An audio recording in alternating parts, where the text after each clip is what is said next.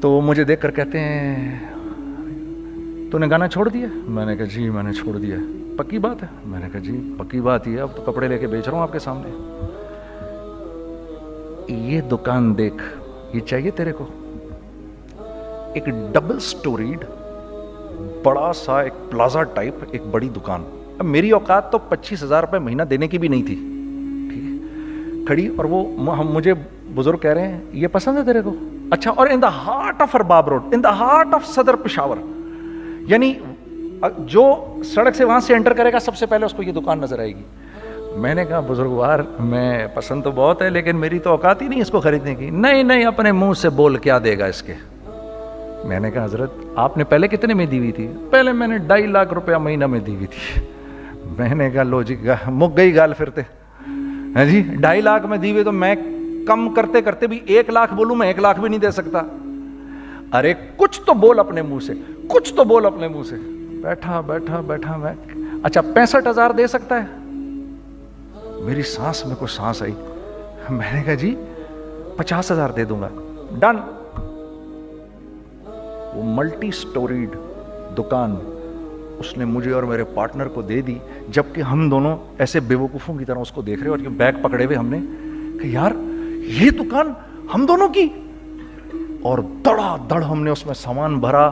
میں کیا بتاؤں, وہ آج بھی ارباب روڈ کی پشاور کی سب سے خوبصورت دکان ہے. اگر آپ کبھی جائیں وہاں پر تو آپ دیکھیں گے وہ جو جنید جمشید کی وہ والی شاپ ہے. میں آپ کو اللہ کا نظام بتا رہا ہوں ہمارے ساتھ چلا کیسا. وہ ہوا 5 سال کی اس کے ساتھ ڈیل کی. جب 5 سال پورے ہو گئے تو میں تھوڑا سا سیٹل ہو گیا. اس بابے کا مجھے فون آیا کہ تیرے کو یاد ہے تجھے میں نے یہ دکان کس طرح دی تھی؟ میں نے کہا ہاں جی مجھے بڑی سی طرح یاد ہے بزرگوار. اس وقت تو نے پیسے بولے تھے, اب میں بولوں گا. میں نے کہا جی کتنے؟ اب میں لوں گا 3 لاکھ روپے مہینہ. میں نے کہا جی ڈن, اب آپ 3 لاکھ لے لیں. آپ نے میرا ہاتھ تب پکڑا جب میرا کوئی ہاتھ پکڑنے والا نہیں تھا. آج میں آپ کے لیے کروں گا, ٹھیک ہے سر. ہم نے اپنے بزنس میں کیا کیا؟ کانسٹنٹ ری انویسٹنگ. ہم لوگوں نے اس میں سے پیسہ نہیں نکالا, اپنے اکاؤنٹس میں نہیں ڈالا, ہم نے اس کو ری انویسٹ کر دیا. ایک چیز چلنا شروع ہوئی, جینٹس چلنا شروع ہوئے تو لیڈیز کے اندر انویسٹ کرنا شروع کر دیا کہ اب لیڈیز کے لیے کریں, ٹھیک ہے. کوشش یہ کی اللہ کا حکم نہ ٹوٹے. ہم نے جب لیڈیز کیا ہم نے کہا نہیں, عورت کی شکل بورڈ پہ نہیں لگائیں گے. عورت کی شکل اتنی بے قیمت نہیں ہے, اتنی کم قیمت کی نہیں ہے کہ ہم عورت کی شکل لگا کر تو بیچیں. رازق اللہ کی ذات ہے. رازق کوئی عورت تھوڑی ہے, یا کوئی ماڈل تھوڑی ہے, یا کوئی ایکٹریس تھوڑی ہے, ٹھیک ہے. اور پھر سیکنڈلی ہم ایک مسلمانوں کے معاشرے میں رہتے ہیں, یہاں عورت کی ایک ڈگنیٹی ہے, اس کی ایک رسپیکٹ ہے. ہم نے کہا نہیں استعمال کریں گے. ہم نے بس جو بھی کبھی کچھ سمجھ میں آیا کر دیا. اللہ نے اس کو بھی چلانا شروع کر دیا.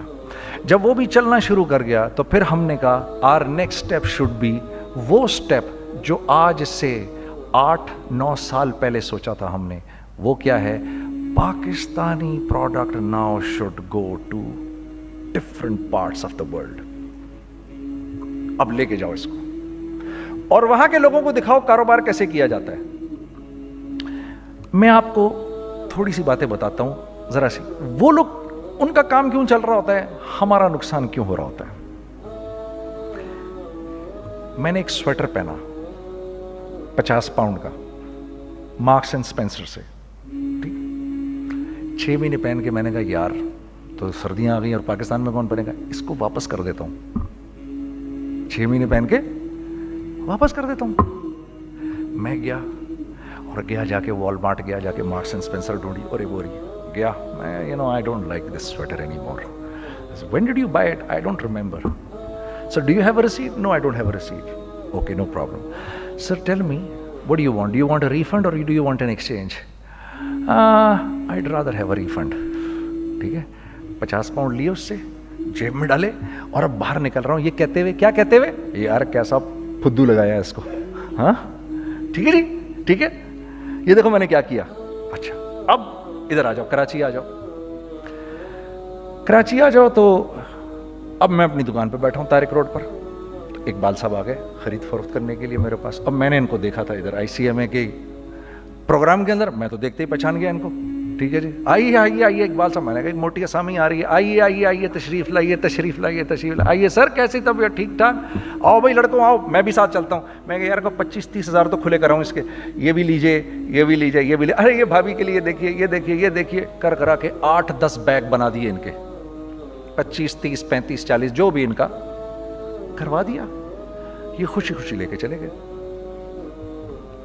اگلے دن میں اسی ٹل پہ بیٹھا ہوں, اگر ان کو میں دیکھتا ہوں انٹر کرتے ہوئے اور ان کے ہاتھ میں بیگ دیکھتا ہوں, آپ کا کیا خیال ہے یہ ان بیگز کے ساتھ کیوں آئے ہیں, بتائیں ذرا.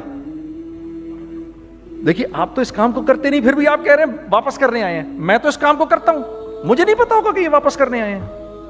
اب مجھے پتا ہے یار یہ واپس کرنے آئے ہیں, تو میں پھر منہ بھی ادھر کر لیا. میں نے, اقبال صاحب آئے, جی کون, میں اقبال.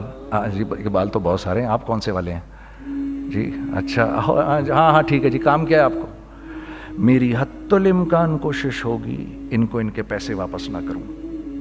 ٹھیک ہے جی, اب آپ میری دکان, اور یہ جائیں گے ایک ٹوٹے ہوئے دل کے ساتھ, ٹھیک ہے, پوری کوشش ہوگی ان کے پیسے واپس نہ کروں. اب آپ میری دکان کا سائز دیکھ لیجئے اور آپ وال مارٹ کا سائز دیکھ لیجئے, جہاں واپس ہوتا ہے. میرے نبی کا ارشاد ہے, تم نے کوئی مال کسی کو بیچا, تم نے کوئی مال کسی کو بیچا اور بیچ کے واپس لے لیا, تو جنت کے وسط میں تمہارے لیے ایک محل کی میں ضمانت دیتا ہوں. اب آپ بتاؤ, ہاں اب آپ مجھے بتائیے کس کا کاروبار چلے گا, میرا یا ان کا. میں ایک دکان پر پہنچا, یہیں پر میری نظر پڑ گئی, خریدا ہوا مال واپس نہیں لیا جائے گا. خیر میرا تو ارادہ نہیں تھا اس کو واپس کرنے کا, تو میں اس سے چیزیں لے رہا. تو مجھے کہا جنید بھائی آپ تبلیغ میں جاتے ہیں, ذرا دعا کریے میرے لیے, میرا کاروبار چلے. میں نے کہا چل, اگر میں قسم کھا لوں اللہ کی تیرا کاروبار چلے گا, پھر ہیں وہ کیسے. میں نے کہا یہ بلا اتار دے اوپر سے. کہتا جی یہ تو نہیں اتر سکتا. میں نے کہا پھر وہ بھی نہیں ہو سکتا. ہم کیا اللہ سے مانگتے ہیں, یا اللہ پہلے سب معاملے ٹھیک کر دے پھر ہم سیدھے ہوں گے, اور اللہ کے ہاں کیا ہے, پہلے تم خود ٹھیک ہو جاؤ, ہم تمہارے سارے معاملے ٹھیک کر دیں گے. میں بات ختم کرتا ہوں. وَمَن يَتَّقِ اللَّهَ يَجْعَل لَّهُ مَخْرَجًا وَيَرْزُقْهُ مِنْ حَيْثُ لَا يَحْتَسِبُ. ارے میرے بندے سب کو چھوڑ, مجھ سے ڈر کے زندگی گزار, میں تیری ہر مشکل دور کر دوں گا اور رزق تجھ کو